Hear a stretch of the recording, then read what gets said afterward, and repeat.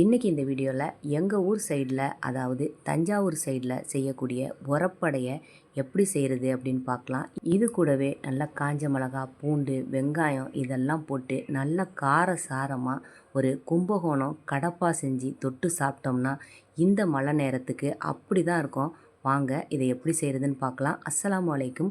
நான் பானுமா. எல்லாரும் எப்படி இருக்கிறீங்க? நல்லா இருக்கிறீங்களா? இப்போ இதில் ஒரு 3/4 கப்பு அளவு துவரம்பருப்பு எடுத்துருக்கிறேன். எந்த கப்பு எடுத்தீங்களோ அதே கப்பில் எல்லாத்தையும் அளந்துக்கங்க. அதுலேயே ஒரு 1/2 கப்பு அளவு கடலைப்பருப்பு எடுத்துருக்கிறேன். இந்த 3/4 கப்பு துவரம்பருப்புக்கு 1/2 கப்பு கடலைப்பருப்பு. இப்போ இதில் உளுத்தம்பருப்பு எடுத்துருக்கிறேன். முழு உளுந்து எடுத்துருக்கிறேன். அதுலேயே 1 கப்பு அளவு முழு உளுந்து எடுத்துருக்கிறேன். நான் முழு உளுந்து அரைக்கும் போது ரொம்ப சூப்பராக பஃப்னு உப்பி வந்ததை பார்த்து எந்த பிராண்டு அப்படின்னு கேட்டாங்க நிறைய பேர். இதில் முக்கியமாக செல்வபாலா அவங்க கேட்டிருந்தாங்க. இப்போ இதில் இந்த பிராண்டு தான் நான் வாங்கியிருந்தேன். இதில் துவரம்பருப்பையும் கடலப்பருப்பையும் மட்டும் ஒன்றா சேர்த்து ஊற போட்டுடலாம். வேறு எந்த பருப்பும் நம்ம இது கூட சேர்க்க வேணாம். பருப்பு அடங்கிறது வேறு, உரப்பு அடங்கிறது வேறு. இதை நான் ஊற வச்சு 5 மணி நேரம் ஆகுது. இப்போ தனியாகவே நான் உளுந்து எடுத்து ஊற வச்சுருக்கிறேன். உளுந்து ஊறினத்துக்கு பிறகு பாருங்கள் அது எப்படி உங்களுக்கு பெருசாகி வந்திருக்குங்கிறது. இந்த உளுந்து ரொம்ப நல்லா இருக்குது. இதை கூட நீங்கள் வாங்கி கிடச்சிச்சினாக்கா யூஸ் பண்ணிக்கலாம். நம்ம ஊரில் கிடைக்கிற உளுந்து மாதிரி அவ்வளோ சூப்பராக வருது இந்த உளுந்து. இப்போ இந்த உளுந்தை நம்ம ஃபஸ்ட்டு அரைச்சி எடுத்துக்குவோம். மிக்சியில் உளுந்தை ஊற போடும்போது தண்ணி நம்ம அந்த உளுந்து மூழ்கிற அளவுக்கு தண்ணி ஊற்றிக்கங்க. அதுதான் உங்களுக்கு சரியான பக்குவம். நல்லா உளுந்தோம் நல்லா அரைஞ்சி நமக்கு நல்லா வரும். உங்களுக்கு நல்லா வெள்ளை வெளியேறுன்னு உங்களுக்கு உளுந்து எப்படி அரைஞ்சி வந்திருக்குன்னு பாருங்கள். இது போல் கொஞ்சம் தண்ணியாக இருந்தாலும் பரவாயில்ல. உங்களுக்கு நம்ம வடைக்கு அரைக்க போகிறதில்ல, இது அடை மாவு தான். இப்போ இதில் நான் சின்ன வெங்காயம் ஒரு கப்பு நிறையா சின்ன வெங்காயம் உரித்து வச்சுருந்தேன். இப்போ அதை ரொம்ப சின்னதாக கட் பண்ணி வச்சுருக்கிறேன். கருவேப்பிலையும் கட் பண்ணி வச்சுருக்கிறேன்.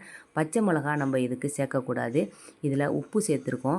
இப்போ இது ரெண்டையும் சேர்த்து நல்லா கையால் நல்லா வெங்காயம் மசிகிற அளவுக்கு நல்லா பிசைஞ்சு விட்டுக்கோங்க.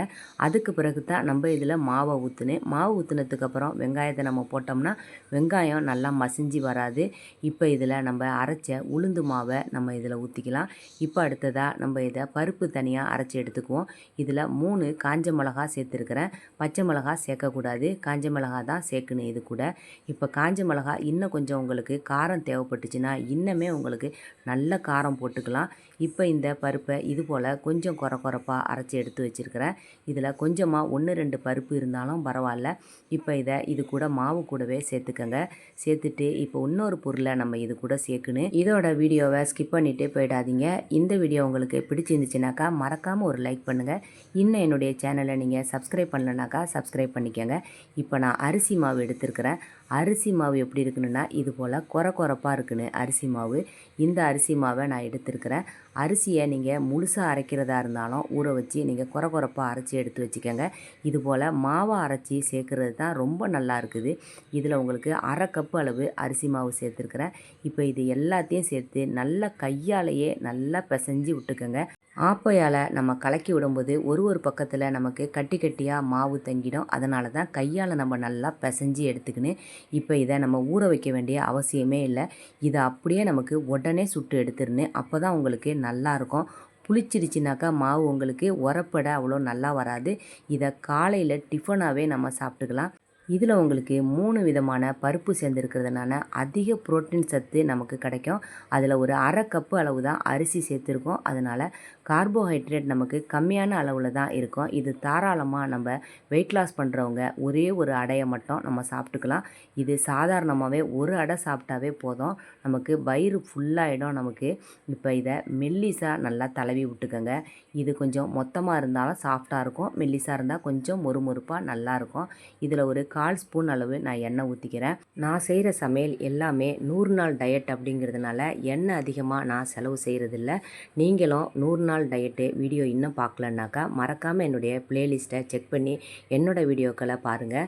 பிபி, கொலஸ்ட்ரால், சுகர் இது எல்லாமே கண்ட்ரோல் பண்ணுறதுக்கு நான் நிறைய டிப்ஸு என்னோடய வீடியோவில் நான் சொல்லிக்கிட்டு வர்றேன். சுகரும் நல்ல கண்ட்ரோல் ஆகிடுச்சி அப்படிங்கிறத உங்களுக்கு டைரெக்டாகவே ப்ளட் டெஸ்ட் எடுத்தும் நான் காமிச்சிருக்கிறேன். இப்போ இந்த அடை நல்லா மொறுமொறுப்பாக வெந்துருச்சு. இப்போ அடுத்த பக்கமும் நம்ம திருப்பி போட்டு அதையும் எடுத்தாச்சு. இப்போ சூப்பராக நமக்கு அடை ரெடி ஆயிடுச்சு. இப்போ நம்ம சுட்டு எடுத்ததை பாருங்கள், எவ்வளோ டேஸ்ட்டாக பார்க்கும்போதே அவ்வளோ சூப்பராக இருக்குன்னு பாருங்கள். இது கூடவே நமக்கு சட்னியும் நமக்கு ரெடி ஆயிடுச்சு. சட்னியை பாருங்கள், பார்க்கும்போதே அவ்வளோ கலர்ஃபுல்லாக சூப்பராக இருக்குது. இது காஷ்மீரி மிளகாவும் நம்ம ஊர் மிளகாவும் சேர்ந்ததுனால இவ்வளோ கலராக இருக்குது உங்களுக்கு பார்க்குறதுக்கு. இது கொஞ்சமாக இருந்தாலே போதும். நம்ம இதில் ஒரு 4 பேர் சாப்பிட்ற அளவுக்கு சட்னி இருக்கும். அவ்வளோதான். இந்த வீடியோ உங்களுக்கு கண்டிப்பாக பிடிச்சிருக்கோன்னு நினைக்கிறேன். பிடிச்சிருந்துச்சுனாக்கா மறக்காமல் இந்த வீடியோவுக்கு ஒரு லைக் போட்டுருங்க. நம்ம அடுத்த வீடியோவில் பார்க்கலாம், சரியா?